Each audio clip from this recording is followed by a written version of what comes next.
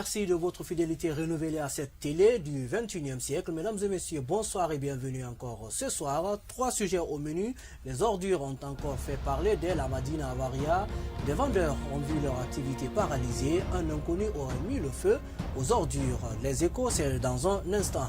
Et puis, nous partons aussi aux États-Unis. Précisément, l'Assemblée générale de l'ONU a ratifié ce mercredi 19 décembre à une très forte majorité le pacte plutôt mondial sur les migrations destiné à renforcer la coopération internationale pour une migration sûre et ordonnée. Et aussi, nous allons parler toujours dans cette émission du probable retrait des forces armées américaines du côté de la Syrie.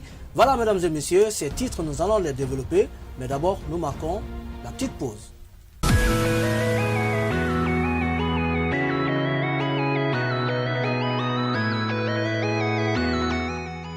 Rebonsoir à tous, de retour sur ce plateau, en ma compagnie ce soir. Lui, il est un habitué de les soirées avec nous. Idrissa Condé, bonsoir. Bonsoir à vous, monsieur Traoré, bonsoir à nos téléspectateurs. Voilà, des ordures encore à Conakry qui font parler d'elle. À Madina précisément, hier tard dans la nuit, il y a un feu qui s'est déclenché dans le marché aujourd'hui qui a empêché pratiquement toute la matinée les activités dans ce grand centre commercial de la Guinée. Oui, c'est dommage que c'est Madina Doumbouya qui est victime d'incendie. Je rappelle qu'il y a eu un incendie précédemment qui avait envahi, qui avait calciné, j'allais dire, plusieurs boutiques et notamment beaucoup d'argent était parti en fumée. Cette fois-ci, ce sont les ordures qui causent des dégâts. Il faut faire des enquêtes pour savoir qu'est-ce qui est à l'origine. La brigade de recherche de la gendarmerie nationale doit mener des investigations pour connaître l'origine de l'incendie. Est-ce que c'est un incendie criminel ou bien qu'est-ce qui est à l'origine de cet incendie terrible à Madina. Mais généralement, ça renvoie à la question de la gestion des ordures à Conakry. Je pense que le gouvernement doit rapidement trouver une solution par rapport à une société professionnelle qui pourrait faire du collecte des ordures, du traitement des ordures, parce que nous avons d'énormes difficultés. Les populations se débarrassent des ordures en pleine chaussée.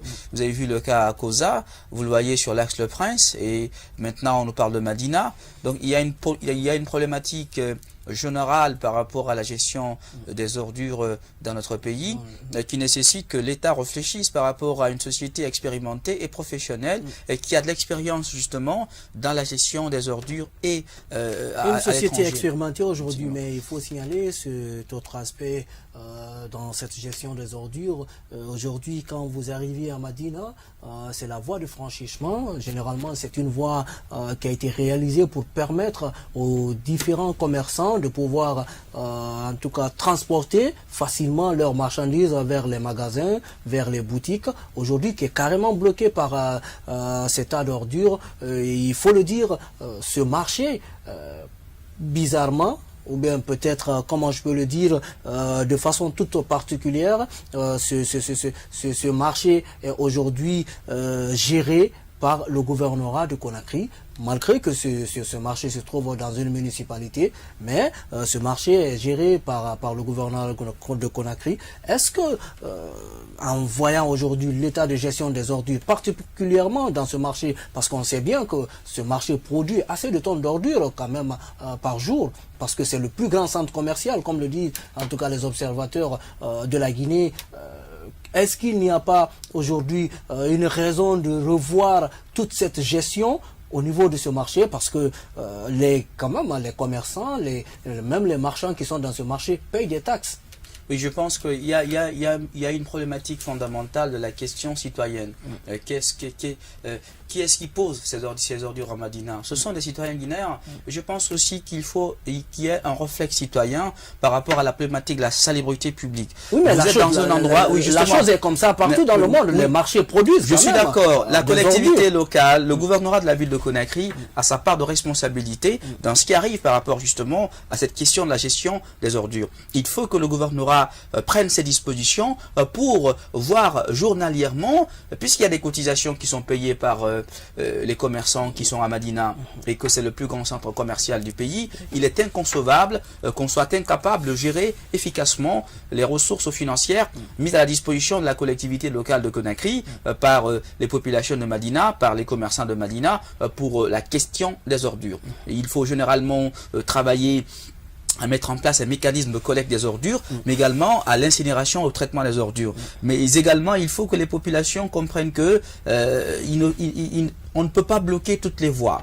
S'il y a des voies d'accès, comme vous le disiez tout à l'heure, pour permettre aux commerçants de pouvoir circuler librement dans Madina, il n'est pas citoyen d'y mettre les ordures parce que vous savez les conséquences. Déjà qu'on a bloqué, vous savez, avant il y avait la passerelle entre les ruelles, compte tenu du comportement non citoyen des populations, le gouverneur Mathurin Bangura a été amené à ériger carrément un mur entre les deux allées de l'autoroute Fidel Castro, et j'avoue que aujourd'hui, cette situation, la problématique de l'éducation citoyenne de notre population est un problème essentiel, mais également la responsabilité de l'État. Je pense que l'État... Vous faites bien d'en parler. Aujourd'hui, c'est ce problème qui surgit à Madina. Pour vous, est-ce qu'il n'y a pas besoin, par exemple, que cette grandiose organisation aujourd'hui de la CENACIP ne doit pas justement s'intéresser à des questions comme ça, quand on sait bien que des vies quand même sont en danger dans ce secteur, parce que avec les murs et puis des tables à même le sol, juste à quelques microns de ce tas d'immondices, aujourd'hui il y a quand même un sérieux problème. Il y a un sérieux problème. Vous savez, normalement un marché normal c'est quoi? Il doit y avoir des toilettes, des trottoirs, la sécurité, l'hygiène. Mais quand vous prenez nos marchés, c'est des choses qui n'existent pas. Là où on va acheter de la nourriture, là où on va acheter de la marchandise n'est pas propre. Notre pays est un pays extraordinaire. Les marchés sont sales, les marchés n'ont pas de toilettes. Quand les gens ont envie, mais vous partez à Madina, à des endroits où vous ne pouvez pas respirer, parce que les gens pissent partout. Il y a une incivilité généralisée, sans compter les ordures. Donc déjà, il n'y a pas d'hygiène globale généralement dans le marché. Et quand vous prenez également les autres aspects du marché par rapport à la sécurité, par rapport à l'électricité, par rapport au cadre de vie, je pense que l'État doit prendre ses responsabilités.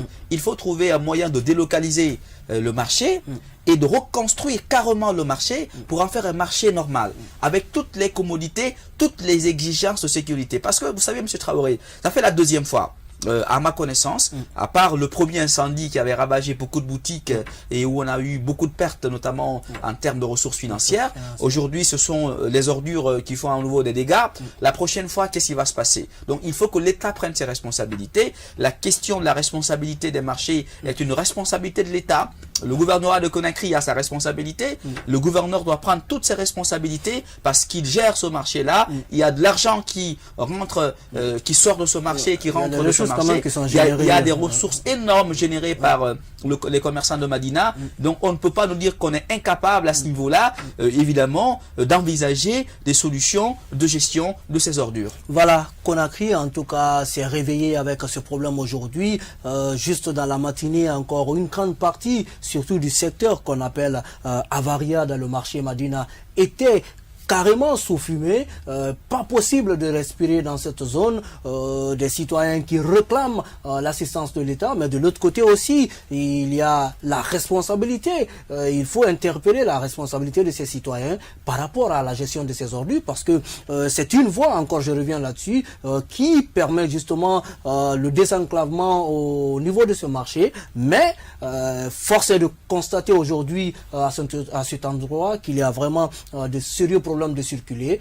Carrément, cette voie ne fonctionne plus. Mais au-delà, aujourd'hui, il y a eu beaucoup de tables qui ont été incinérées avec ce feu qui est parti de cet endroit. Est-ce que aujourd'hui, on n'a pas besoin encore de revoir le système sécuritaire, surtout de sécurité dans ce marché, quand on sait bien que le feu, quand même, selon bon nombre de témoignages, le feu serait en tout cas parti d'un inconnu? Moi, je pense déjà que Madina ne répond plus aux critères d'un marché. C'est mon avis. Je pense que Madina ne répond plus aux critères d'un marché. Quand vous partez à Madina, moi, quand je pars à Madina, je tombe malade. Je ne vous cache pas. Ça crie partout. Difficilement vous circulez. C'est comme si on était en prison. Ça ressemble à une prison plus qu'à un marché. Les boutiques sont exiguës. Les gens sont entachés dans les boutiques. Mais c'est exécrable. Ce n'est pas l'environnement idéal pour un marché. Je pense qu'il faut que l'État y réfléchisse. C'est une question de vie et de mort. Parce que ce sont des populations qui y sont. Et si demain, il y a mort d'homme, c'est la responsabilité de l'État. Je rappelle, en droit administratif, il y a la responsabilité sans faute de l'État. Donc, on pourrait assigner l'État en justice pour responsabilité civile délictuelle. Donc, il est de la responsabilité de notre gouvernement de travailler à ce qu'on ait un marché digne de nom. Madina ne répond plus aux critères d'un marché normal. L'effectif des commerçants a augmenté. Toutes les routes nous, quand on était petits, la SIG Madina était complètement dégagée. Et vous venez à Madina, vous pouvez circuler tranquillement. C'était complètement dégagé. Ce marché à Baria n'existait même pas. C'est pas en tout cas plus de 30 ans qu'il y a eu cette innovation. Et vous voyez que les femmes qui vendent là-bas, les femmes vendent dans des conditions inhumaines et dégradantes. Surtout en période hivernale, il n'y a pas la santé, il n'y a pas l'hygiène. Je pense que l'État doit prendre ses responsabilités. Il ne faut pas maintenir les populations dans la souffrance. Aucune personne ne peut s'opposer à ce qu'on délocalise le marché de Madina et qu'on fasse un grand marché comme on a fait le marché central de Conakry à Bonfi là-bas. Vous voyez le grand marché de Conakry. Un marché, c'est comme ça. C'est-à-dire, vous pouvez aller aux toilettes, vous pouvez vous laver, vous pouvez manger. C'est ça un marché. Ce n'est pas une prison. Voilà, mesdames et messieurs, le calvaire en tout cas des marchands aujourd'hui matin à Madina, c'est dans ce reportage signé Oumar Sow et Ibrahim Paye Kamara. C'est une fumée qui provient du bas de la passerelle du marché Avaria. Elle est dégagée d'un feu qui s'est déclaré autour des tas d'ordures qui cohabitent avec les visiteurs et étalagistes du marché. Des flammes qui ont empêché ce mercredi matin certains commerçants de s'installer pour vendre leurs articles. Face à cette situation, certains ne laissent pas cacher leur colère.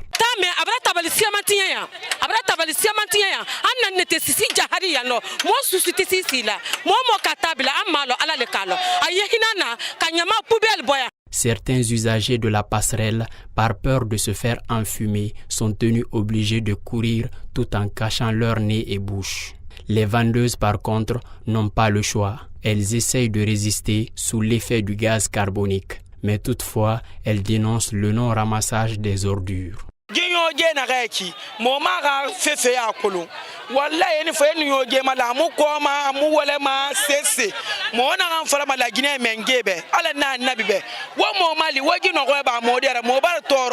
Un feu de nuit qui n'a pas épargné les tables des étalagistes, qui d'ailleurs parlent des conséquences que pourrait avoir cette fumée sur la santé des citoyens.